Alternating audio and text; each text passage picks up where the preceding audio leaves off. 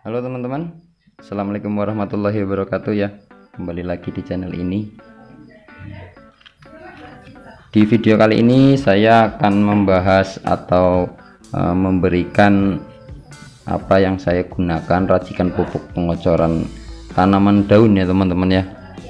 Kalau di video sebelumnya saya membahas pupuk pengocoran untuk tanaman buah. Nah, kali ini saya akan membahas untuk pengocoran tanaman daun, karena di Instagram ada yang DM, Mas, untuk keracikan tanaman daun seperti apa ya yang Mas gunakan di rumah. Nah, di video kali ini akan saya bahas semuanya ya teman-teman ya. Sebelum saya mulai, dukung selalu channel ini dengan cara subscribe dan nyalakan loncengnya. Jangan lupa like dan share buat teman-teman di rumah apabila ada yang ingin memberikan informasi ini buat teman-teman yang lain ya. Kali ini kita bahas saja langsung ya teman-teman ya, untuk menyingkat durasi. Yang kita bahas adalah pupuk daun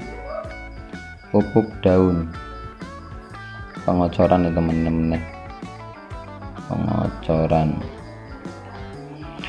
Nah, untuk tanaman daun pengocoran ini bisa diaplikasikan kepada tanaman timun, kepada tanaman kangkung, sawi, untuk hidroponik ataupun maupun semi hidroponik maupun konvensional ya teman-teman ya. Pupuk ini bisa digunakan. Nah, untuk pengocoran kali ini saya gunakan untuk tanaman daun sawi pakcoy dan juga kangkung ya teman-teman ya. Ada juga daun bawang. Dengan sistem yang saya gunakan vertigasi kapiler teman-teman, atau irigasi kapiler lebih tepatnya, karena perbedaan vertigasi kapiler dengan irigasi kapiler adalah pada tampungan airnya. Sedangkan yang saya gunakan adalah tampungan airnya itu menggunakan air biasa, dan untuk pemupukannya saya gunakan dengan sistem pengocorannya langsung ya teman-teman ya, kepada media tanam ya.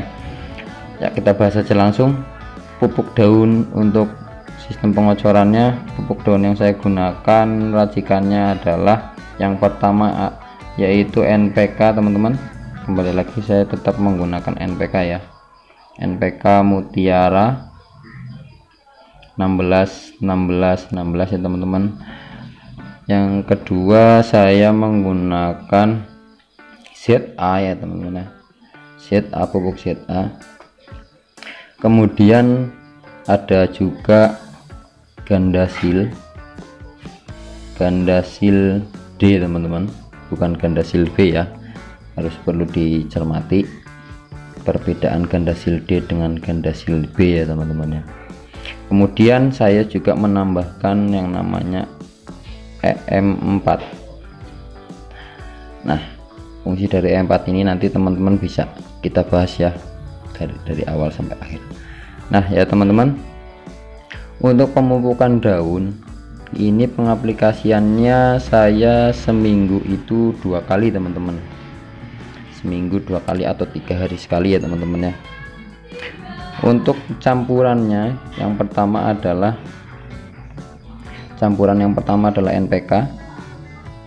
NPK dengan dosis 2 gram, kemudian ZA 1 gram, Gandasil D itu saya gunakan untuk penyemprotan ya teman-teman. Ini pengocoran dulu, kemudian M4 ya teman ya. M4 itu 10 mili, atau untuk gampang penakarannya itu saya takar menggunakan tutup ya teman-teman, atau garis miring 1 tutup untuk lebih mudah ya teman-teman ya. Nah, dari 3 campuran bahan ini saya larutkan dalam air ya teman-teman ya. Untuk dalam air, jadi 2 gram 1 gram 10 mili itu saya gunakan itu per tanaman ya teman-teman ini ya. Dosisnya itu ya, bisa sini ya, per tanaman tinggal nanti dikalikan saja ya teman-teman. Kalau saya menggunakannya itu di polybag. Nah untuk pertanamannya 2 gram, untuk NPK ZA nya 1 gram dengan EM4 nya 10 mili per tutup ya, atau satu tutup ya teman, ini atau satu tutup per tanaman.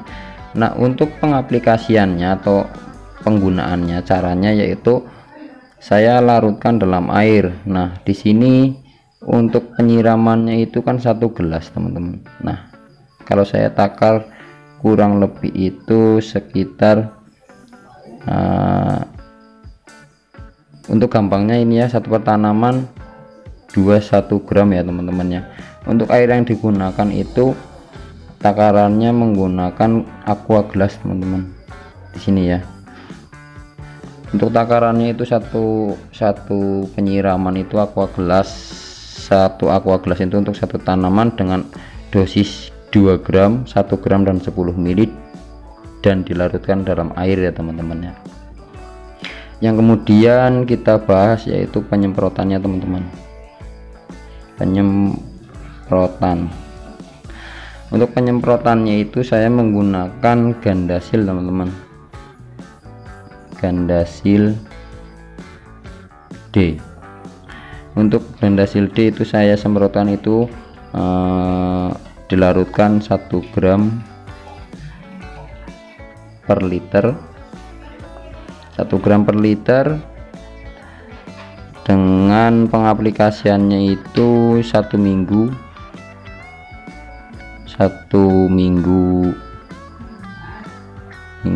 sekali ya teman-teman ya. 1 minggu sekali, 1 gram 1 minggu sekali per liter teman-teman. Nah di sini bisa teman-teman kalikan saja dengan air yang teman-teman gunakan di tabung sprayer ya teman-teman ya. Kalau saya biasanya sih menggunakan tabung sprayer yang 2 liter yang seperti dalam video-video saya sebelumnya. Nah dari semua ini adalah pupuk yang saya gunakan untuk pengocoran tanaman daun ya teman-teman ya. Tanaman daun itu seperti ada kangkung, ada sawi pakcoy atau sawi hijau dan lain sebagainya ya teman-teman ya. Nah untuk penggunaan ini bisa teman-teman gunakan dalam sistem semi konvensional ya teman-teman ya, atau bisa dibilang irigasi kapiler ya. Mungkin dari teman-teman di rumah ada yang sedang melakukan hidroponik atau menggunakan sistem hidroponik. Nah untuk sistem hidroponik sendiri, untuk campuran ini saya mencobanya itu mungkin sama teman-teman. Nah untuk saya tanaman hidroponik itu kita kan menggunakan patokan yang namanya ppm teman-teman ya, ppm. Nah untuk tanaman sayur dengan racikan pupuk seperti ini bisa kita gunakan pertakaran ini untuk sejumlah liter teman-teman. Nah dari ini untuk ke hidroponik dosisnya sama teman-teman saya gunakan. Nah dari dosis ini itu saya larutkan per liter teman-teman di sini ya, per liter teman-teman. Nah larutan AB mix yang saya gunakan untuk tanaman hidroponik yaitu, nah dari ini saya larutkan untuk per tanaman per larutan itu, untuk larutan A dari racikan di atas ini saya racik menggunakan air 1 liter teman-teman ya, 1 liter dengan dosis ini. Nah untuk itu saya juga mix dengan B menggunakan bahan Gandasil teman-teman, Gandasil D. Ini untuk hidroponik ya, di sini saya garis bawahi untuk hidroponik. Nah untuk hidroponik ini 1 liter larutan A. Nah larutan A nya ini ya teman-teman ya, ini larutan A. Nah untuk larutan B nya itu Gandasil D teman-teman. Untuk tanaman sayur itu sekitar, kalau di masing-masing tanaman kan sudah ada di buku panduannya, itu bisa teman-teman cari. Nah dari itu perbandingannya adalah di sini larutan A nya saya biasanya menggunakan 70%. Nah larutan yang B itu sekitar 30% teman-teman. Nah, jadi misalkan yang kita butuhkan adalah 1000 ppm ya teman-teman ya. Dari 1000 ppm ini saya bagi menjadi 2 larutan ini ya teman-teman ya. Untuk 700 ppm 700 ppm larutan A saya campur dengan 300 ppm larutan B teman-teman. Larutan A ya, saya campurkan dengan larutan B teman-teman. Nah, dari sini saya mix, kemudian saya larutkan dalam air teman-teman. Nah, untuk sirkulasinya bisa teman-teman mengerti sendiri ya. Untuk sistem hidroponik atau sistem wick bisa DFT atau NFT ya. Nah, untuk racikannya seperti ini yang saya gunakan untuk hidroponik ya teman-teman ya. Hidroponik yang saya gunakan itu sistem wick, sehingga yang saya gunakan pun ppm nya saya bandingkan itu menggunakan persen teman-teman di sini ya.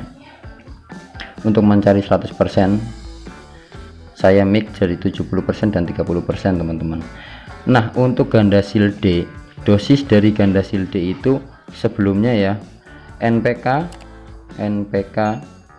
terus ZA EM4 di sini 2 gram 1 gram 10 mili. Nah, dari campuran ini dilarutkan dalam 1 liter air teman-teman. Sama saya larutkan 1 liter air. Ini larutan A dan di bawahnya larutan B teman-teman. Larutan B itu Gandasil